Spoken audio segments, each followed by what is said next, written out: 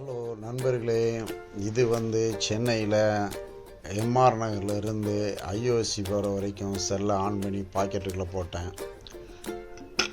அது சென்னையில் ஒரு பார்ட்டை அப்படி ஷூட் பண்ணியிருக்கு. இந்த ஏரியாவை பார்த்திங்கன்னா ஒரு நேரத்தில் சிறு தொழில் அதிகமாக இருக்கும். அதில் ரொம்ப பேர் நல்லா கஷ்டப்பட்டு உழைப்பாங்க. பட்டு சம்பாதிச்சது பாதி நல்லவங்க நல்லா செட்டில் ஆகிடுவாங்க. அதனால் அந்த ஏரியா பயங்கர வளர்ச்சி. கொஞ்சம் கெட்ட வழியில் போகிறதுக்கு அதிக வழிவகுப்பு உண்டு. அதனால் கெட்டு போனவங்களும் அதிகம். அதனால் ஒரு நேரத்தில் இந்த ஏரியானாலே ரவுடிசம் ஏரியான்னு சொன்னாங்க. இன்றைக்கி பெரிய பெரிய அறிவாளிங்க உருவாகி கொண்டு வராங்க, அறிஞர்கள் உருவாகி கொண்டு வராங்க. கூடிய சீக்கிரம் எல்லோரும் நல்லவர்களாக மாற இறைவனை வேண்டிக் கொள்வோம்.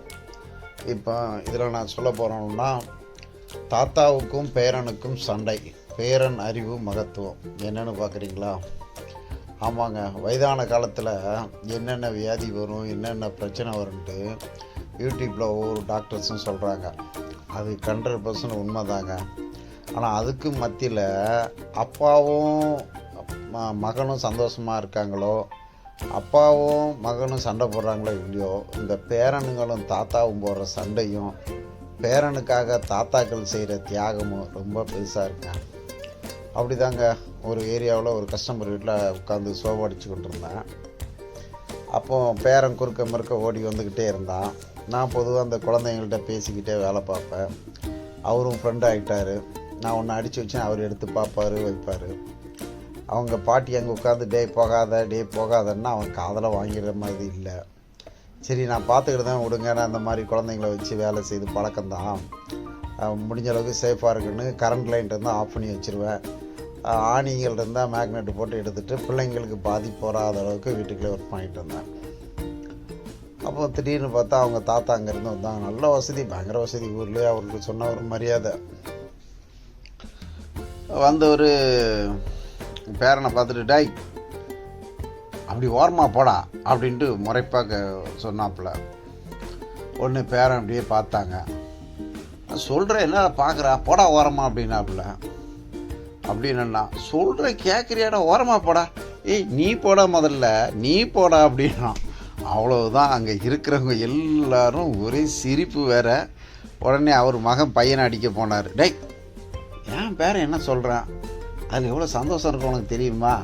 அது சின்ன வயசு, அது ஜாலியாக ரசிச்சுக்க. அது என்ன பெரிய வயசாக என்ன ரோட்டில் போகிறவனா சொல்லிட்டான். என் பேரன் தானே சொல்கிறேன், எங்கள் அப்பாடா, அதெல்லாம் விடு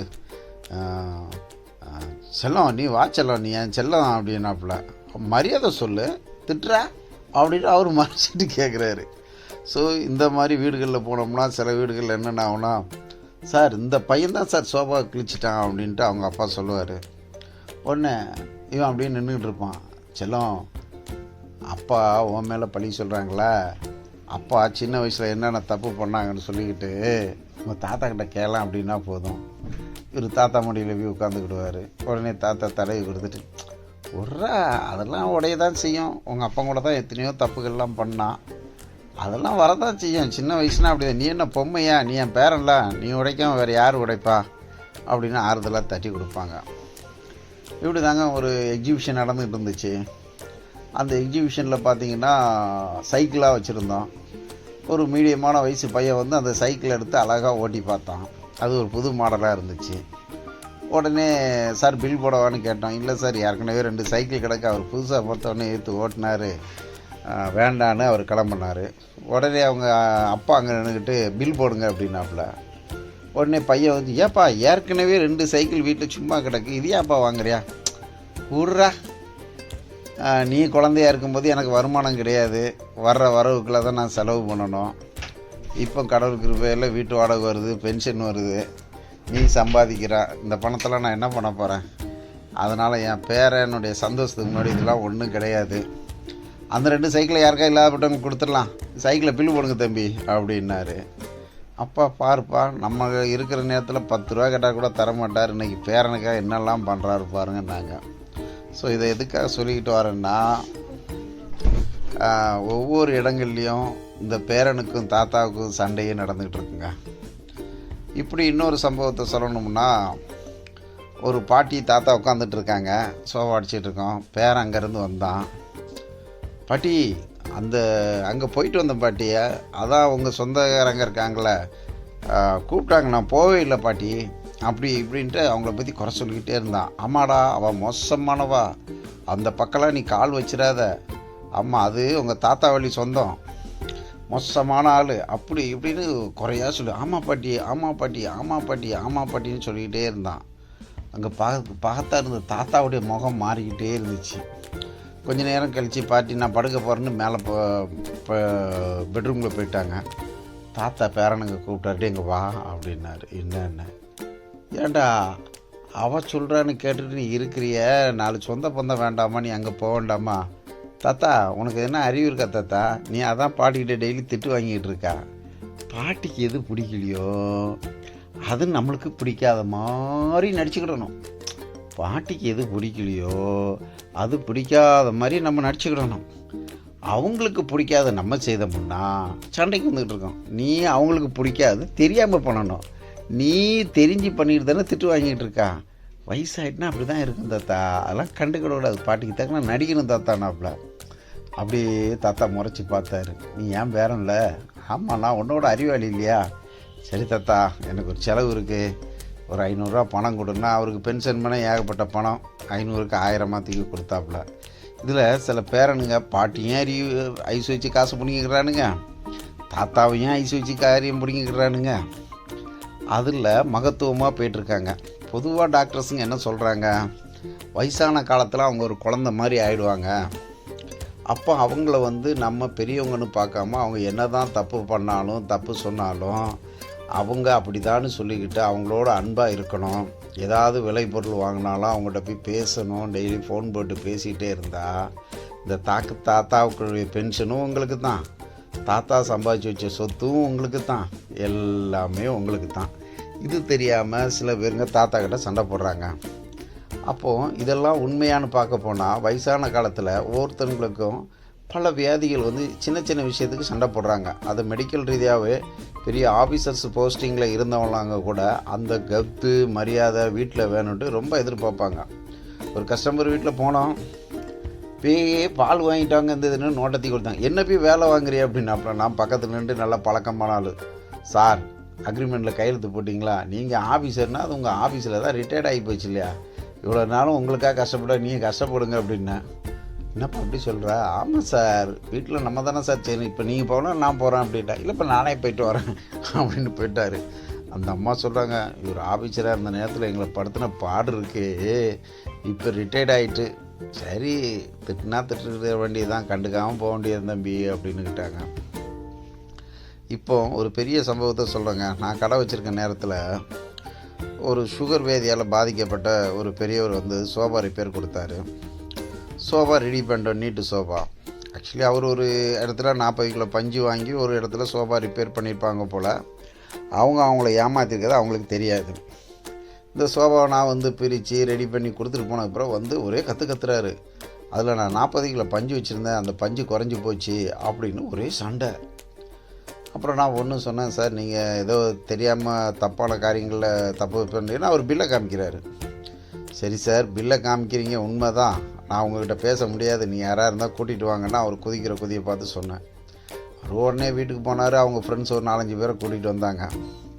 தம்பி எங்கள் ஃப்ரெண்டு சொல்கிறாரு, உங்கள்கிட்ட 40 கிலோ பஞ்சு போட்ட சோஃபா ரிப்பேருக்கு கொடுத்தாங்களாம், அதில் பஞ்சு நீ எடுத்துட்டீங்கன்னு சொல்கிறாரு அப்படின்னாரு. சரி வாங்க சார், அதான் உங்களை வர சொன்னேன். இந்தா இருக்குது பாருங்கள் மூட்டை, இந்த மூட்டையே 35 கிலோ தான்.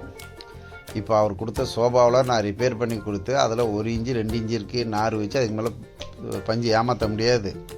இவர் 40 கிலோ பஞ்சு வாங்கி யார்கிட்டையோ கொடுத்து ரெடி பண்ணியிருக்கா, அவன் ஏமாற்றிருக்கான், அதுக்கு நான் குற்றவாளி இல்லை. நீங்கள் பாருங்கள், இவர் 40 கிலோ பஞ்சு அந்த சோபாக்குள்ளே அடைச்சி அந்த போராக்குள்ளே எப்படி பிடிக்கும், இதுக்குள்ளே 3 சோபாவை பேக் பண்ணலாமா, அப்போ எங்கே தப்பு இருக்குன்னு யோசனை பண்ணுங்கன்னு. சரி தம்பி, தெரியாமல் வந்துட்டோம், கோச்சிக்காதீங்க அப்படின்னு கிளம்பி போயிட்டு அவங்களும் கஸ்டமர் ஆகிட்டு. அப்புறம் மறுநாள் சொன்னாங்க, வயசான ஆகிட்டார், அவருக்கு சுகர் பிரச்சனை வேறு, வயிறு பிரச்சனை வேறு, இப்படி தான் அக்கம் பக்கத்தெல்லாம் ஒரே சண்டையை போட்டுட்டு இருப்பார், ஒரே பிரச்சனை, வீட்டில் கூட மரியாதை கிடையாது அப்படின்னாப்புல. அதில் பக்கத்தில் இருந்து சொன்னார், இந்த கடை ஓனர் தெரியுமா, ஒரு 30-40 வயசுலலாம் மாமன் மச்சன் சித்தப்பன்னு ஊரில் இருந்து அவர் கடைகளில் 2-3 கடையை வச்சு ஒரு 40 பேரை வச்சு வேலை வாங்கிட்டு இருந்தார். இப்போ வருஷங்கள் கடந்து அவர் 50 வயசை தாண்டி போச்சு. இப்போ அவர்கிட்ட அவருடைய சொந்த பையன் கூட வேலை செய்ய முடியல. ஏன்னா யாரை பார்த்தாலும் அவருக்கு குற்றவாளியாக தெரியுது, யாராவது தப்பு பண்ணிடுவானு தெரியுது, யாரையும் மூஞ்சில் அடித்த மாதிரி திட்டிருந்தாரு, வம்புழுக்கிறாரு. வீட்டில் சண்டை, பையன்கிட்ட சண்டை, மகக்கிட்ட சண்டை, மருமகிட்ட சண்டை. ஆனால் எல்லாமே அவர் பக்கம் நியாயம் இருக்கிற மாதிரியே பேசிக்கிட்டு அலைகிறாரு. வயசாகிடுச்சுன்னா சில மூல சுருக்கங்கள் வியாதி வந்துடும், சில சுகர் பிரச்சனைகள் வந்துடும். அந்த நேரங்களில் இவங்க பிடிவாதம் பிடிச்சிக்கிட்டு சண்டை போடுவாங்க. காசு காசு காசு காசுன்னு அலைஞ்சிக்கிட்டே இருப்பாங்க. அப்போ அந்த நேரங்களில் நம்ம மகனாக இருந்தாலும் சரி, பேரனாக இருந்தாலும் சரி, தாத்தாவுடைய அறிவுக்கு தக்கன நம்ம வளைஞ்சி போகணும், பாட்டியோட பிடிவாத குணத்துக்கு தக்கன அறிஞ்சு போகணும் அப்படின்ட்டு சில பேரமாருங்க தாத்தா கிட்ட ஐஸ் வச்சுக்கிட்டு தாத்தா வாங்குகிற பென்ஷனு, தாத்தா கட்டி வச்ச வீட்டு வாடகை எல்லாத்தையும் வாங்கி அவங்க தேவைகளை சந்திச்சுக்கிட்டு தாத்தா கிட்ட நல்ல பேரும் வாங்கிட்டு இருக்க சில பேரன்களும் இருக்கத்தான் செய்கிறாங்க. சில பேரனுங்க இந்த தாத்தாவே தொல்லைன்னு பேசாமல் இருந்துட்டா அவர் உட்காந்துட்டு என் பேரன் பேசலையே, என் பேத்தி பேசலையேன்ட்டு வருத்தப்பட்டு இருக்க குடும்பங்களும் இருக்கத்தான் செய்யுது. அதனால் இதிலிருந்து என்ன சொல்ல வருதுன்னா, வயதான காலத்தில் அவங்க எவ்வளோ பெரிய போஸ்டிங்கில் இருந்திருக்கலாம், எவ்வளோ படிப்பு படிச்சிருக்கலாம். இப்போ கூட ஒரு டாக்டர் சொன்னாங்க, 40 வயசுக்கு மேலே மூளையிலேருந்து எத்தனையோ அணுக்கள் குறைஞ்சி போகுது அப்படிங்கிறாங்க. அந்த மாதிரி தாத்தா ஆகிற காலங்களில் அந்த அணுக்கள் குறைஞ்சி போகுது. பழையதெல்லாம் ஞாபகத்துக்கு வரும், சிலதுக்கு ஞாபகமே வராது. சிலவங்க பிடிவாதமாக பேசுவாங்க, சிலவங்க கோவப்படுவாங்க. யார் என்ன நிலை வந்தாலும் நம்ம பெற்றவங்கள மதிக்கணும்னு கடவுளே சொல்லியிருக்காரு. ஆசீர்வாதங்களை வாங்கிடணும்னு கடவுளே சொல்லியிருக்கிறதுனால அவங்க சின்ன சின்ன தப்பு பண்ணாலும், கோவிச்சாலும், திட்டுனாலும் கேட்டுக்கிட்டு அப்படியே அன்பாக நம்ம போகும்போது கடவுளுடைய ஆசீர்வாதத்தை பெற்றுக்கொள்ள முடியும். இப்படி தாத்தாக்கள் பண்ணுற சண்டைகளும், பேரன்கள் போடும் சண்டைகளும் சொல்லிக்கிட்டே போகலாம். எத்தனையோ கஷ்டப்பட்டு போகும்போது நாங்கள் சில பேர்கிட்ட கேட்போம், நீ யார் செல்லம், தாத்தா செல்லம்மா பாட்டி செல்லம்மாம்போம். சில பிள்ளைங்க நான் தாத்தா செல்லம்மா, ஏன்னா தாத்தா கேட்டதெல்லாம் வாங்கி கொடுத்துருவாரு. சில பிள்ளைங்க சொல்லுவோம் நான் பாட்டி செல்லங்கும், சில பிள்ளைங்க நான் 2 பேருக்கும் செல்லங்கும், சில பேர் அம்மா செல்லங்கும். ஆனாலும் இந்த தாத்தாக்களும் பேரன் பேத்திகளும் அடிக்கிற சந்தோஷங்க இருக்குது. அந்த வயசான காலத்தில் அவங்க பிள்ளைய வளர்க்குறதுக்கு கஷ்டப்பட்டு வளர்த்துருப்பாங்க. ஆனால் பேரன்களை பார்க்குற நேரத்தில் நல்லவங்களாக இருந்தால் பொருளாதாரத்தில் நல்லா முன்னேறி இருப்பாங்க. அப்போ அந்த பணத்தில் அவங்க யாருக்கு எடுத்துகிட்டு போக போகிறாங்க? பேரனுங்க கேட்டதெல்லாம் வாங்கி கொடுப்பாங்க, பேத்திங்க கேட்டதெல்லாம் வாங்கி கொடுப்பாங்க. இந்த பணத்தை வச்சு நான் என்ன போகிறேன், கொஞ்ச நாளில் போகிறேன், என் பேரன் பேத்திகளுக்கு செலவு பண்ணுறதுல அவ்வளோ சந்தோஷம்பாங்க. சில பாட்டிங்க பணமாக சேர்த்து வச்சு பேத்திங்களுக்கு நகையாக வாங்கி கொடுப்பாங்க. இது பையனோட ஒய்ஃபுக்கு தெரிஞ்சு சண்டை போடுற குடும்பமும் இருக்க தான் செய்யும். சரி, எப்படியோ பெரியவங்ககிட்ட இருந்து நம்ம அன்பை செலுத்தி அவங்க சொல்கிற பிரகாரம் நடிச்சுக்கிட்டு அவங்களுக்கு ஏற்ற பிரகாரம் நடந்துக்கிட்டுறது பெரிய அறிவு வளர்ச்சி. அந்த அறிவு வளர்ச்சியை வளர்க்கும்போது எல்லா தாத்தாக்களும் பேரன் மேலே பிரியமாக இருப்பாங்க. நீங்களும் உங்கள் பாட்டி மேலே பிரியமாக